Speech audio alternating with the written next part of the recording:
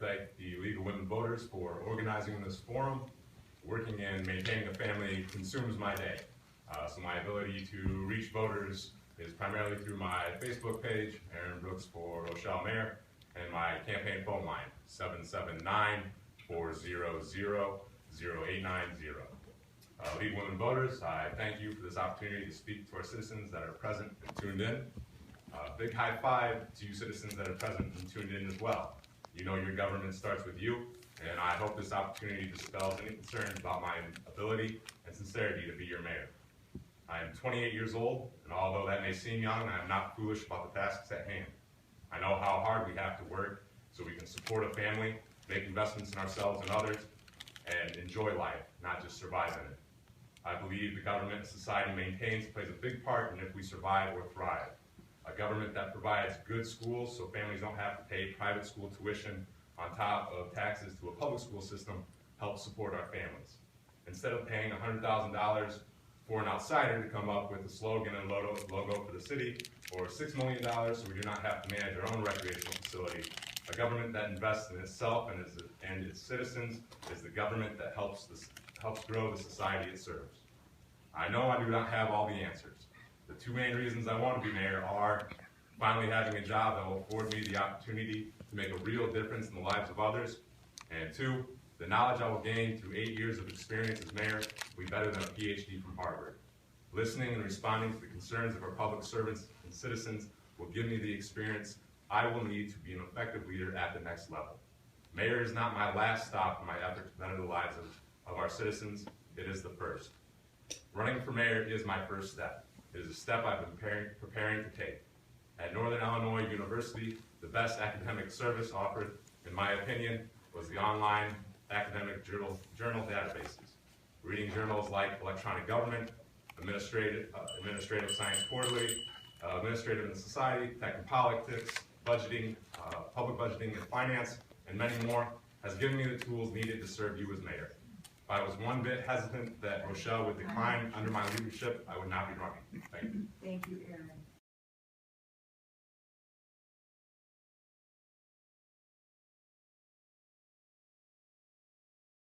The property tax and city budget, the middle school, and what to build for a recreational facility. Property taxes and city budget, I think you heard all the city council candidates say that the city's budget isn't too glamorous. If you read today's paper, you'd read that Chet thinks our city's in great financial shape. But since we rely on grants to do basically anything above and beyond the core services, that's got to change. Our mindset's got to change that those grants, with the state leadership as it is, aren't going to be there, and we need to start putting money aside and having more money come in to make a thriving community and one that's not just getting by. The middle school, my campaign, I've heard not so great things about it. It really needs all of our attention.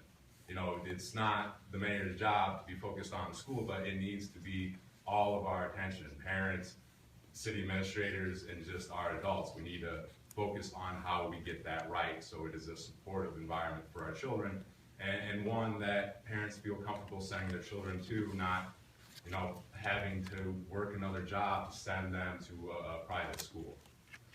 And what to build for a recreational facility. We have great activities in the summertime, but in the wintertime it is hard to find something to do, especially something healthy. A YMCA is $6 million for 2 basketball courts and community rooms, things we already have. My plan would be for a field house owned either by the city or park district.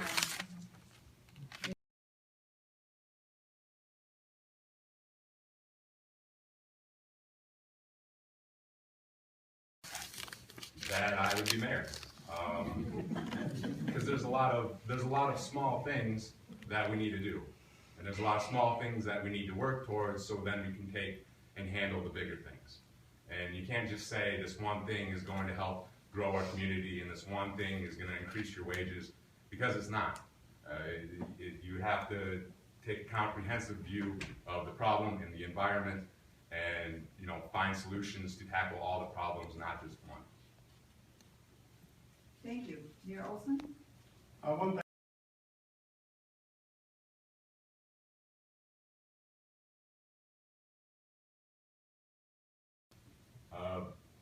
The program or project I'm most encouraged about is the railroad. I think it has we have a tremendous opportunity to be innovative and prosperous because of it. You know, the city wants to run away from that. We're the hub city now. I want to change that slogan, but I think we should embrace it and carry it forward. If you think about the future of transportation, in particular trains, it's not going to be locomotives hauling, 200 cars into town. It's going to be individual units that are self-powered and link up to each other. That is the future of the railroad. And I believe we need to work with Nippon and Union Pacific and all the other partners to help start working towards that vision and not make them nervous about investing here for the future because we want to change our slogan. Thank you. Next question.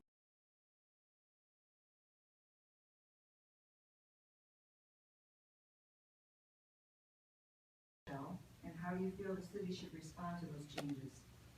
Aaron? I've lived here for 5-6 years. I am blind to any demographic changes that we may have. I'll say that I love the people here. That's a big part of the reason why I moved here. Family and community are deeply ingrained concepts, and 90% of the people I've met, and I could not be happier.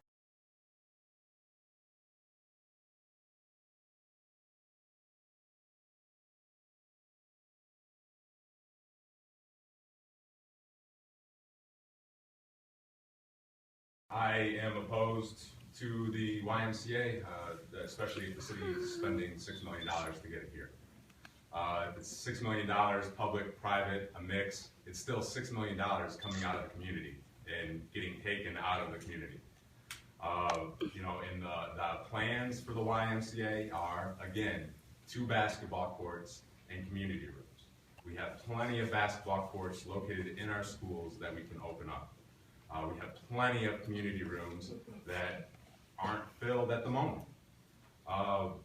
We can use our money better and build something that we don't have, which is a field house that can be used all year long, that can host soccer, gymnastics, softball, baseball, conventions, a number of different things that will generate revenue. The main thing that we need recreational-wise in this facility is a pool. But before we get that pool, we have to generate revenue to build that pool, because pools are expensive to build and run. We can't just be wasting $6 million and sending it out of the community to have no returns, and then where are we in the future? When's that pool going to come? The YMCA is not going to build it, especially if they go out by the high school and the new Lincoln School, because 2 feet under that ground is water. You can't put a pool out there.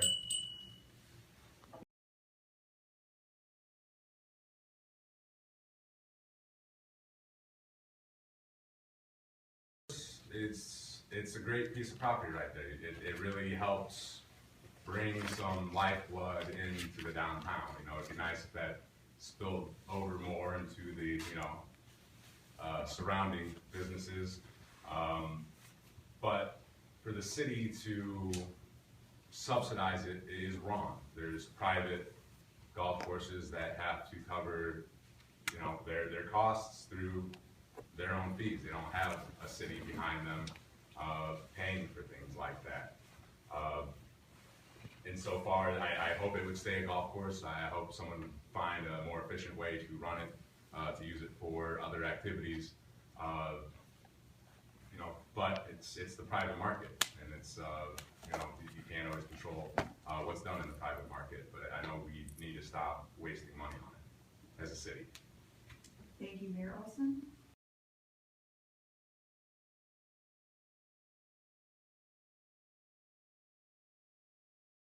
Brooks? I think we need to focus on developing restaurants and quality nightlife along our bike path. I think that would provide a really unique environment that Rochelle could hang its hat Downtown, currently it's, you got the Lane House down there and you got trains running through, and it's not the most inviting environment that you'd want to spend your evening at. It is, and our concept of downtown needs to change just, for what's in the few square blocks around here. We have locally owned businesses, out west in the middle and out east that we need to focus on and help growing, our small industrial businesses. Specifically for downtown, I think a great project that community should get behind is looking to merge the two Mexican grocery stores and have a bigger facility. They both provide, great service, great food. They get a lot of foot traffic by, supporting the facility. A grocery store downtown, it serves the needs of our residents. It could be right along the railroad track, so we could drop freight right off at its back door and really lower the cost of importing goods to the store, so it could be competitive with Walmart and things like that. But again, you can't dictate that from the mayor's seat, but you can help organize it and try to get people behind it. Thank you, Mayor.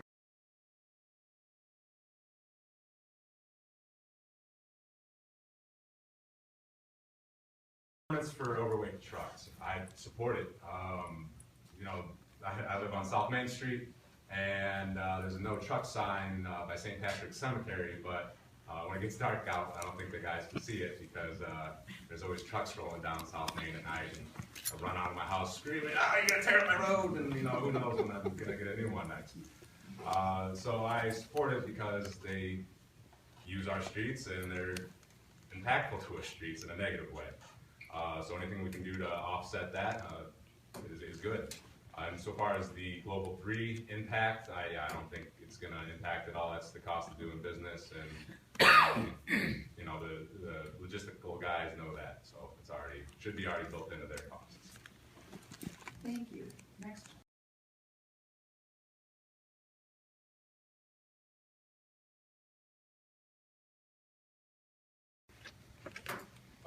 Unfortunately, it's how business is done these days. We have communities, fighting to attract new businesses, and to get those businesses in your community, you have to basically, let taxes slide for a number of years. It brings jobs in. Hopefully those jobs pay well, so our residents don't have to, work 60 hours a week just to scrape by. I think that's the most important thing that when we consider giving tax abatements to businesses to come here is if, is it going to be a job where these workers are cogs, or is it going to be a job where these workers are treated like family and truly cared for? Thank you. Mayor Olson?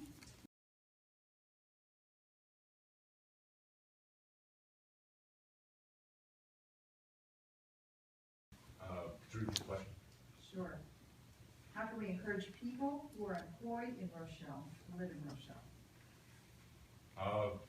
By having more expanded opportunities for our residents to do in their time off would be a big one. But the question's worded a little backwards. It's what can we do to get the people that live in Rochelle employed in Rochelle? That would be the question that is most relevant to me. And for that, I think we offer incentives to the businesses that are here.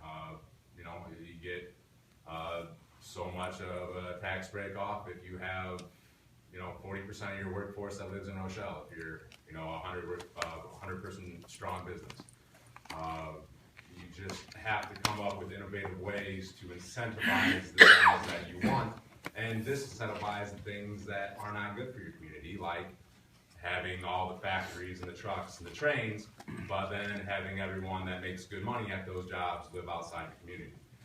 That drains our community of a lot of our resources, and is something that we need to focus on doing a better job at. Thank you.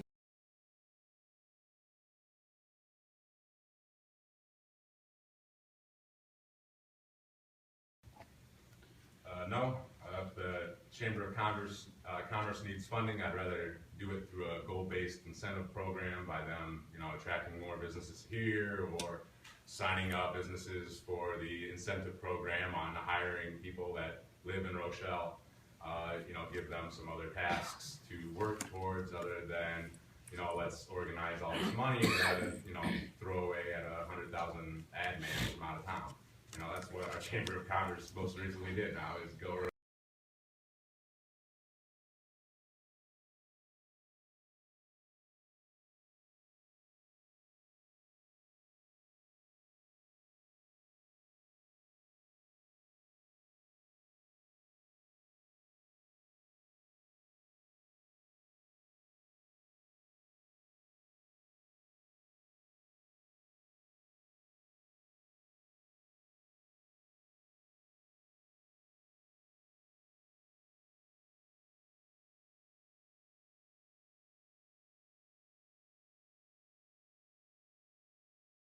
recreational services. You got an empty storefront right to your east. Why don't you knock down a few walls and expand? So two very different messages that we can send, and I want to send the one that helps support existing businesses already here. Thank you, Mayor.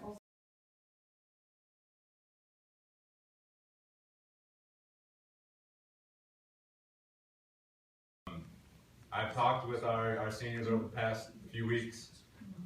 Majority of those I've talked with have stated their biggest concern is keeping their family close. Even those that have had family move to DeKalb or Sycamore feel isolated.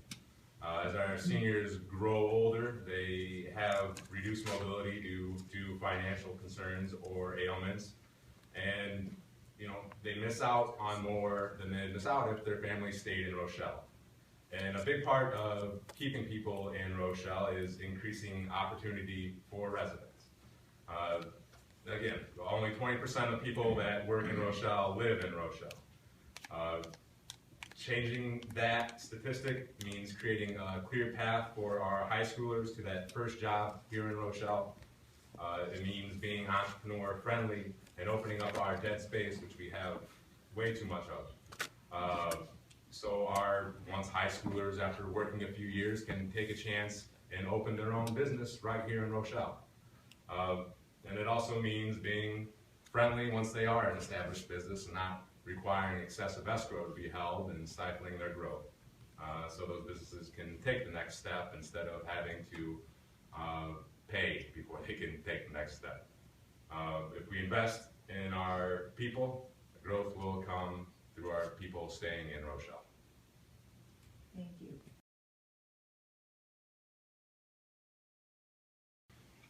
This is, again, my first step into politics. It's not one I take lightly or with haste. I've been preparing for this for quite some time. It is my passion. I believe that even a mayor can do a lot of good in the community if they work hard. This would be my full-time job, 40+ hours a week. My sole focus is helping the people of Rochelle, listening to their concerns and going to bat for them against the state and against the federal government that ties our hands a lot of the times for what we can do best here in Rochelle and what works best here in Rochelle. We need someone to stand up and raise the alarm and to push back against those forces, because if we don't, then we're going to struggle. I encourage you, if you have any concerns about me, about my leadership, to address them before the April 7th election on my Facebook page or on my campaign phone line, 779-400-0890.